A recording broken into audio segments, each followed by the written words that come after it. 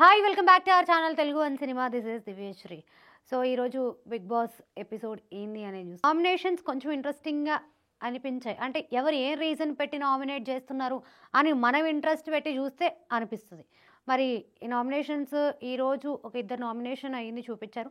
Live follow అయ్యే వాళ్ళకి అర్థమై ఉంటుంది ఎవరెవరు నామినేట్ అయ్యారనేది నాకు కింద కమెంట్ చేయండి. అండ్ ఇంకొకటి ఏంటి అంటే అసలు ఎపిసోడ్‌లో ఒక పాయింట్ నుంచి ఇంకో పాయింట్ కనెక్ట్ అవ్వడానికి, అర్థం చేసుకోవడానికి చాలా టైం పడుతుంది.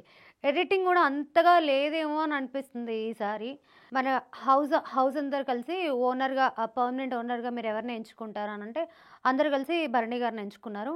అండ్ దాని తర్వాత ఒక చిన్న డిస్కషన్ జరిగింది. భరణి ఏదో తీసుకొచ్చి ఇచ్చారు తనుజ గారికి. ఇవ్వగానే ఎమ్మటే ప్రియా స్టార్ట్ చేసేసింది. "అదేంటన్నా మీరిప్పుడే కదా ఓనర్ అయింది. అలా ఎలా ఇస్తారు మీరు?" అది అంటే అసలు అక్కడ దాన్నంత సాగదీయాల్సిన అవసరం లేదు. బట్ దాన్ని చాలా ఎక్స్‌టెండ్ చేస్తూ, దాన్ని ఇష్యూ చేస్తూ లేకపోతే ఏదో ఒకటి ఇవ్వాలి, కంటెంట్ ఇవ్వాలి అన్న ఇది నాకు కామనర్స్‌లో ఎక్కువగా కనిపిస్తుంది. అండ్ బయట ఆడియన్స్ పాయింట్ ఆఫ్ వ్యూ ఏంటి అనే దాని గురించి కూడా నేను మాట్లాడుతున్నాను. అంటే ఇది ఓన్లీ నా ఒపీనియన్ కూడా కాదు. అండ్ ఇంకొకటి ఈ వీక్ డబుల్ నామినేషన్ ఉండే ఛాన్స్ ఉందని కూడా అంటున్నారు.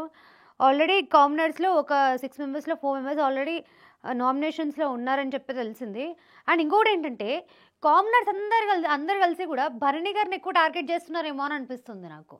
ఇంకా ఈ ఎపిసోడ్‌లో ఇంట్రెస్టింగ్ పాయింట్ ఏంటి అనంటే దొంగతనం గురించి ఒక డిస్కషన్ జరిగింది కదా! అంటే సంజన పాయింట్ ఆఫ్ వ్యూ ఏంటి అనంటే తన ఒక కెప్టెన్‌గా ఉన్నప్పుడు కుకింగ్ మానిటరింగ్ కావచ్చు, లేకపోతే లాండ్రీ మానిటరింగ్ కావచ్చు, లేకపోతే వాష్‌రూమ్ మానిటరింగ్ కావచ్చు. ఇట్లా సెపరేట్‌గా డ్యూటీస్ అన్నీ ఉన్నాయి కాబట్టి ఆవిడకేంటి అనంటే కుకింగ్‌కి ఒక మానిటరింగ్, లేకపోతే రేషన్‌కి ఒక మానిటర్ ఉంటే బావుంటది అనేది ఆవిడ ఒపీనియన్.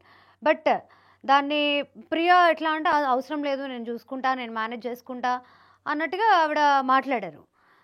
అంటే ఒక విధంగా నాకు సంజన గారు చేసింది కూడా కరెక్ట్ అని అనిపించింది. ఎందుకనంటే ఇప్పుడేంటంటే సంజన గారు చెప్పినట్టు హౌస్‌లో అందరూ దొంగలే ఉన్నారు. అంటే ఆఫ్‌కోర్స్ స్టార్ట్ చేసింది ఆవిడే. ఎవరికి వాళ్ళు ఆహ్, ఎవరు ఎట్లా కంటెంట్ క్రియేట్ చేద్దామనా, లేకపోతే అవతల వాళ్ళకి ఎందుకు ఛాన్స్ ఇవ్వాలన్న ఉద్దేశం దొంగలు ఎక్కువైపోయారు కాబట్టి ఒక పాయింట్ ఆఫ్ వ్యూలో ఆవిడ కరెక్ట్ అని అనిపించింది నాకు. సంజన పాయింట్ ఆఫ్ వ్యూలో ఇది అంటే తను యెస్ యూ ఆర్ రాంగ్.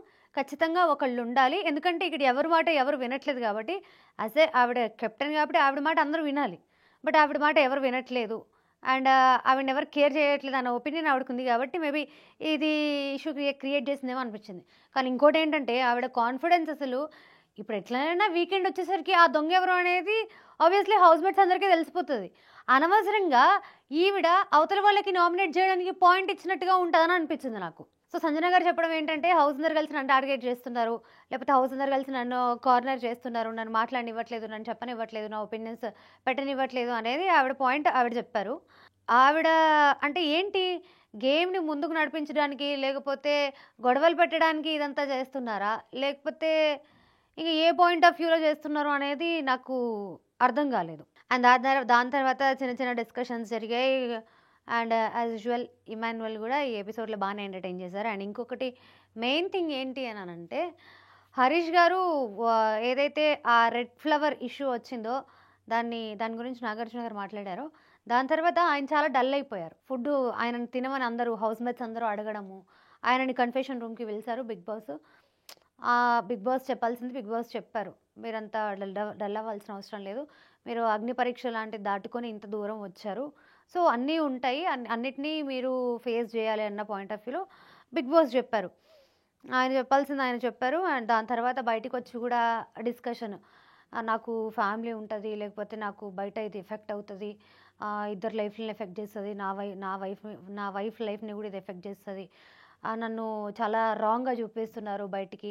నేను చాలా నిజాయితీ గల మనిషిని. నన్ను నిజాయితీగా చూపించకపోయినా పర్వాలేదు గానీ, నన్ను మాత్రం నేను పోర్ట్రే అవ్వడం మాత్రం నేను చాలా రాంగ్‌గా పోర్ట్రే అవుతున్నాను జనాలకి. నాకది నచ్చట్లేదని ఆయన పాయింట్స్ ఏవో ఆయన చెప్పారు. అండ్ దాని తర్వాత ఆయన చాలా డల్ అయిపోయారని అనిపించింది నాకు.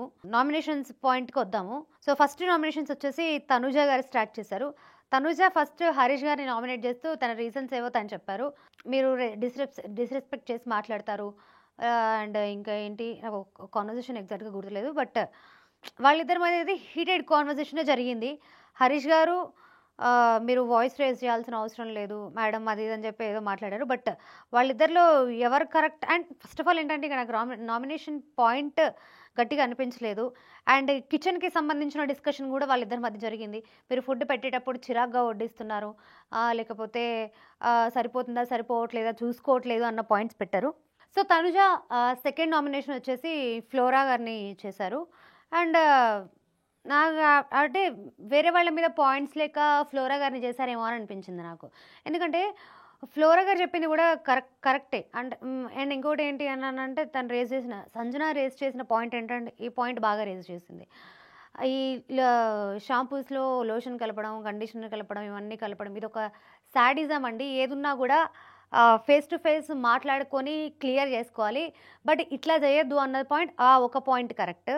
అండ్ దానికి ముందు కొన్ని పాయింట్స్ చెప్పారు. అవి నాకు అంతేం అనిపించలేదు. బట్ ఇదొక పాయింట్ కరెక్ట్. బట్ ఫ్లోరా గారు ఇచ్చిన ఎక్స్‌ప్లనేషన్ ఏంటి అనంటే ఆ ఫ్రీ బర్డ్ అనే మీ ఇష్యూ కాదు. అది నా ఇష్యూ. అండ్ ఈ షాంపూ, కండిషనర్ ఇష్యూ కూడా మీ ఇష్యూ కాదు. ఇది నా ఇష్యూ అని చెప్పి ఆవిడ మాట్లాడారు. But okay. ఆ ఒక్క రీజన్ నాకు ఓకే అని అనిపించింది. మనీష్ భరణి గారిని చేశారు. అసలు నాకు మనీష్ పాయింట్లు అర్థం అవ్వడానికి చాలా టైం పడతది. అంటే ఎట్లా చేస్తున్నాడు? ఏ పాయింట్ ఆఫ్ వ్యూలో చేస్తున్నాడు? అనేది అర్థం కాదు. ఆయన కాలిక్యులేషన్స్ చాలా డిఫరెంట్‌గా ఉంటాయి. మనం ఏటీఆర్ గారు నాన్నకు ప్రేమతో ఏవేవో మాట్లాడతారు కదా! ఏవో ఈక్వేషన్స్ ఏసి, కాలిక్యులేషన్స్ ఏసి మాట్లాడతారు కదా! అట్లా అనిపిస్తుంది నాకు. ఆయన మాట్లాడేది తొందరగా అర్థం కాదు. అర్థం చేసుకోవడానికి చాలా టైం పడతది. ఆయన కాలిక్యులేషన్స్, ఆయన మాటలు, ఆయన ఏ పాయింట్ మీద అవతల వాళ్ళ గురించి మాట్లాడుతున్నాడు అనేది తొందరగా అర్థం కాదు. అర్థం అవ్వడానికి కొంచెం టైం పడతది.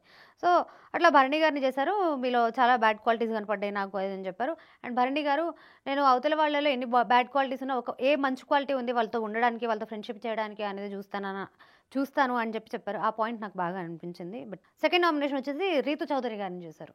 రీతు చౌదరి నాకు అసలు అది నామినేషన్ పాయింటే కాదనండి. Silly reasons. ఇంట్లోకి రావాలంటే పర్మిషన్ తీసుకొని రాలేదు. దానివల్ల మాకు గొడవలైనాయి. అంటే ఇప్పుడు వచ్చారు అయిపోయింది. దాన్ని మీరు ఇష్యూ చేయాలి అని అనుకుంటే చేయొచ్చు. ఏముంది ఇంట్లోకే వచ్చారు కదా! దానివల్ల వచ్చిన నష్టం ఏముంది అని అనుకోని ఈ నార్మల్‌గా తీసుకుంటే అది అయిపోతది. బట్ ఆయన చెప్పిన రీజన్ అయితే నాకు వాలిడ్ అని అనిపించలేదు. అండ్ ఆవిడ ఆవిడకి ఏదైతే వెసల్స్ క్లీనింగ్ డ్యూటీ ఇచ్చారో ఆవిడెక్కడ చిరాకు పడుతున్నట్టు గానీ, లేకపోతే ఇంకే దాన్ని ఇష్యూ చేస్తున్నట్టు గానీ, పనులన్నీ నేనే చేస్తున్నాను అని కోపం చూపించిన, చిరాకు చూపించడం కూడా నాకెక్కడ కనిపించలేదు. సో, కంప్లీట్‌లీ నాకు మనీష్ అండ్ రీతుకి జరిగిన నామినేషన్, మనీష్ రీతుని చేసిన నామినేషన్ అయితే అస్సలు ఫెయిర్ అని అనిపించలేదు. ఏదో ఎవరినో చెయ్యాలి అన్నట్టుగా చేశారేమో అని అనిపించింది నాకు. అండ్ ఈ ఎపిసోడ్ మీద మీ అభిప్రాయం ఏంటి? అండ్ అలాగే ఎవరు కరెక్ట్ అనిపిస్తున్నారు? అండ్ ఎవరు ఇంకా మాస్క్ ఏసుకొని గేమ్ ఆడుతున్నారు? సంజన గారు చెప్పినట్టుగా కొంచెం అందరితో స్వీట్‌గా బిహేవ్ చేసేవాళ్ళు ఎవరైనా ఉన్నారా అనేది కూడా నాకు కింద కమెంట్ చేసి చెప్పండి. Thank you so much.